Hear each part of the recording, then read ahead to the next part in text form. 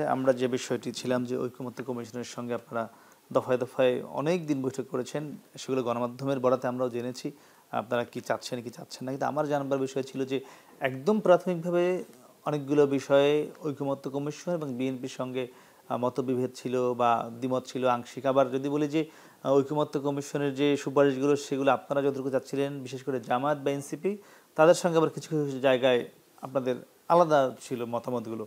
সেগুলো কতটুকু কাছাকাছি এসে পৌঁছেছে, যেহেতু দফায় দফায় বৈঠক হয়েছে, ফলাফলটা কোন দিকে যাচ্ছে আসলে? ঐকমত্য কমিশনের সাথে আমাদের 3 দিন সকাল সন্ধ্যা পুরো দিন আলোচনা হয়েছে। বিভিন্ন বিষয়ে আমরা দফাওয়ারি আলোচনা করেছি। সংবিধান সংস্কার কমিশনের রিপোর্টের উপর, বিচার বিভাগের সংস্কার কমিশনের রিপোর্টের উপর, নির্বাচন ব্যবস্থা সংস্কার কমিশনের রিপোর্টের উপর, এরপরে প্রশাসন এবং দুদকের বিষয়টি আমরা খুব সংক্ষিপ্তভাবে সেরেছি, কারণ ওখানে দ্বিমতের জায়গা খুব কম ছিল। আমাদের পরামর্শ কিছু বিষয় ছিল, এটা আমরা লিখেছি, ওখানে আলোচনাও করেছি। এটা ওনারাও ভাববেন কিভাবে সংশোধন করা যায়। সেখানে বাস্তবায়নের জন্য দুদক এবং প্রশাসন সংস্কার বিষয়ে খুব একটা আইনি জটিলতা হবে না। কিছু কিছু বিষয় আছে অর্ডিন্যান্সের মাধ্যমে করা যাবে, আর খুব সামান্য বিষয়ই। আর অধিকাংশ বিষয় নির্বাহী আদেশে, অফিস আদেশে করা যাবে সেই সংস্কারগুলো। আসি আমরা সংবিধান, বিচার বিভাগ এবং নির্বাচন ব্যবস্থা, যেখানে আসলে সংশোধনগুলো একটা জাতীয় জীবনে ব্যাপক পরিবর্তন আনতে পারে। এখানে আমরা যে সংক্ষিপ্ত শিটগুলো পেয়েছিলাম আর কি, হ্যাঁ না জবাবদের জন্য, ওগুলোর উপর আমরা মনোযোগ দেইনি, কারণ এগুলো অনেকটা বিভ্রান্তির সৃষ্টি করেছিল। তা আমরা সমস্ত রিপোর্টগুলোর উপরে যে বিস্তারিত মতামত দিয়েছি, যতগুলো রিপোর্ট ছিল তার মধ্যে আলাদা নোটশিট। যেমন সংবিধান সংস্কার কমিশনের রিপোর্টে 131টা মূল সুপারিশ তারা করেছে, আর আমরা ওই স্প্রেডশিটে পেয়েছিলাম 70টা, সেজন্য আমরা ওখানে মনোযোগ দিইনি। আমরা মূল রিপোর্টের বিস্তারিত জবাব দিয়ে তার উপরে আমাদের মতামত দিয়েছি।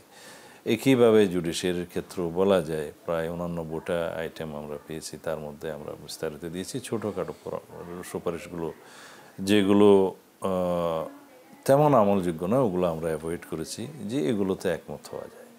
একইভাবে নির্বাচন ব্যবস্থা সংস্কার কমিশনের রিপোর্টের উপর আমরা দেখেছি যে অনেকগুলো রিপোর্ট যেগুলো স্প্রেডশিটে আসে নাই, মাত্র 27টা এসেছিল। তা আমরা বিস্তারিত রিপোর্টের ক্ষেত্রে আমরা দেখেছি যে কয়েকশো এরকম সুপারিশ আছে, তো সেগুলো নিয়ে আলোচনা করেছি। যদি আপনার প্রশ্নের উত্তর দিতে যাই যে কতগুলো বিষয়ে আমরা একমত হয়েছি বা কতগুলো দ্বিমত হয়েছি, আগে জায়গা থেকে সরে এসেছেন, আপনার হতে পারে এখানে মেজর 2-3টা বা আর কয়েকটা হতে পারে, 5-6টি ইস্যু ছাড়া প্রায় সব কিছুতে আমরা একমত বা কাছাকাছি আসতে পেরেছি।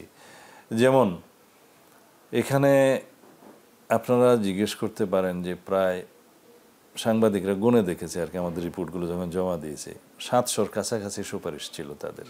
তার মধ্যে প্রায় মোর দেন 600 আমরা একমত অথবা মন্তব্য সহ একমত অথবা আংশিক একমত, এরকম আমরা হতে পেরেছি। বাকি যে বিষয়গুলো আছে ওগুলোতে তাদেরও কিছু কিছু মতামত আমরা পেয়েছি, আমরাও আমাদের কিছু কিছু পাল্টা মতামত দিয়েছি। এগুলোর উপরে তারাও কিছু কাজ করছেন, পরবর্তীতে তারা কয়েকটা বিষয়ে রিপোর্ট আমাদেরকে দিবেন ফের। তার মধ্যে একটা হলো সংবিধানের মৌলিক অধিকার চ্যাপ্টারে, যেটা আপনার শুরু হয়েছে 26 থেকে 47 পর্যন্ত আর্টিকেল। এখানে আমরা আমাদের সাজেশন বলেছি যে আর্টিকেলগুলো ঠিক রেখে এখানে আপনাদের কি কি সংশোধনী এবং সংযোজনী থাকবে, পরিবর্তন থাকবে, এগুলো আপনারা সাজেস্ট করেন। কি কি বিষয়ে আমরা একমত হতে পারি সেগুলো আমরা পরবর্তীতে আপনাদেরকে জানাবো।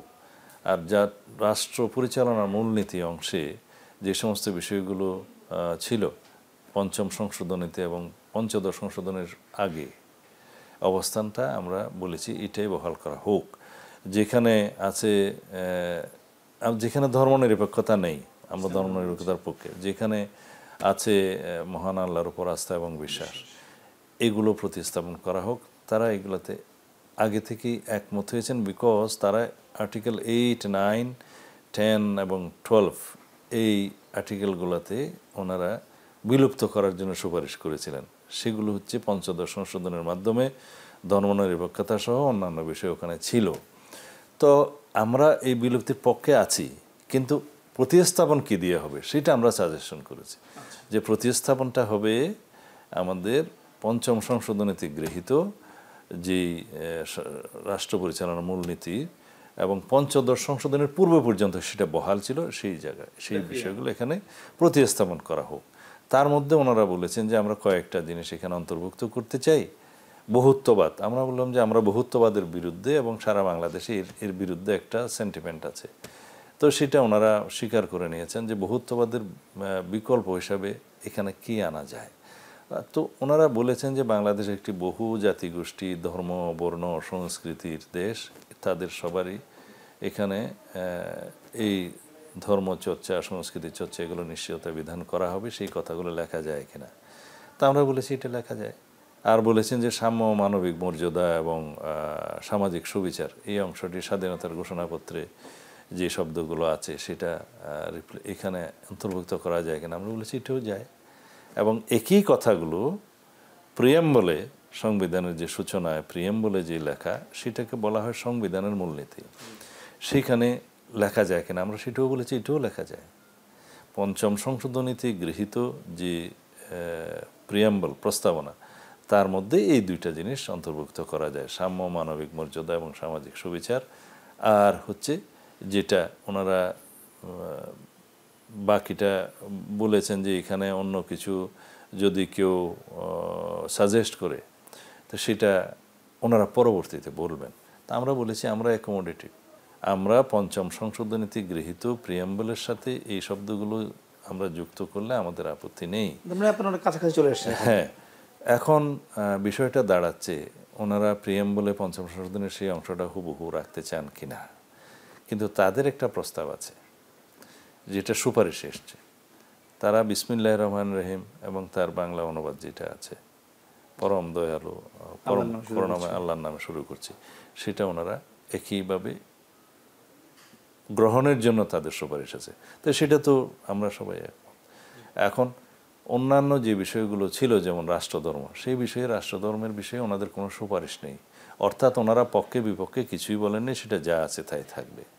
তো অনেকে বলে থাকেন যে আপনারা ধর্মনিরপেক্ষতা চান না, আপনারা মহান আল্লাহর উপর আস্থা এবং বিশ্বাস চান, আপনারা বিসমিল্লাহির রহমানির দিয়ে শুরু করতে চান, তাহলে এখানে বাংলাদেশে ধর্মীয় সম্প্রীতি বা ভারসাম্য কীভাবে রক্ষা হবে, এই প্রশ্নটা হয়তো আপনারাও করবেন, অনেকেই করে। কিন্তু আমি তাদেরকে বলবো, বিসমিল্লাহ দিয়ে শুরু করেছিলেন শহীদ রাষ্ট্রপতি জিয়াউর রহমান পঞ্চম সংশোধনীতে বহুদলীয় গণতন্ত্রের প্রবর্তনের সময়, 4th অ্যামেন্ডমেন্ট বাদ দিয়ে, বাকশাল বাদ দিয়ে। তারপরে রাষ্ট্রধর্ম ওই সময় ছিল না, কিন্তু মহান আল্লাহর উপর বিশ্বাস এবং আস্থা ছিল। এই রাষ্ট্রধর্মটা স্বৈরশাসক হোসেন মাহমুদ এরশাদ, তা সম্ভবত 1988 সালে হবে, এটা অষ্টম সংশোধনীতে কথা আমার ঠিক মনে নয়, সম্ভবত অষ্টম সংশোধনী হইতে পারে।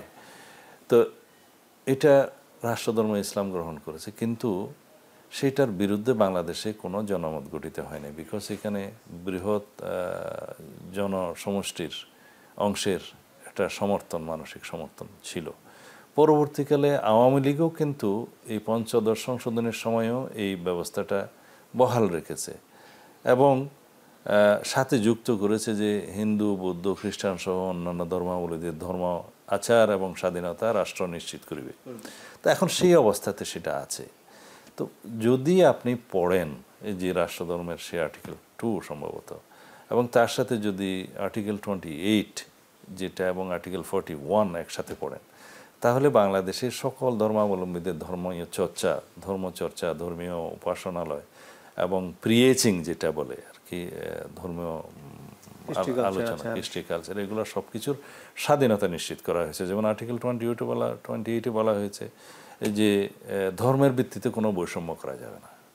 41 বলা হয়েছে যে কোনো এই যে যেমন ধর্মীয় প্রতিষ্ঠান, মসজিদ, মাদ্রাসা, পেগোড়া, মন্দির, এগুলা প্রতিষ্ঠা করতে স্বাধীনতা দেওয়া হবে এবং ধর্মীয় প্রবক্তা, প্রিয়েচিংয়ের বাংলা যেটা আর কি, মানে ধর্মপ্রচার জাতীয় আর কি, এগুলা যার যার ধর্মসভাও বলতে পারেন এটা, তো প্রিয়েচিং যেটা প্রচারণা করা, এগুলোর স্বাধীনতা নিশ্চয়তা করা হয়েছে। তো এতগুলো নিশ্চয়তা বিধানের পরেও ধর্মীয় স্বাধীনতা এবং ধর্ম ভারসাম্যহীনতা হবে এই প্রশ্নটা অবান্তর। সাংবিধানিকভাবে ওয়েল প্রোটেক্টেড সমস্ত ধর্ম, বর্ণ, সমস্ত কালচার, সব কিছুর স্বাধীনতা এখানে বাংলাদেশে নিশ্চিত করা হয়েছে। তো এইগুলোর বিষয়ে মোটামুটি কাছাকাছি আমরা এসেছি, একমত এসেছি।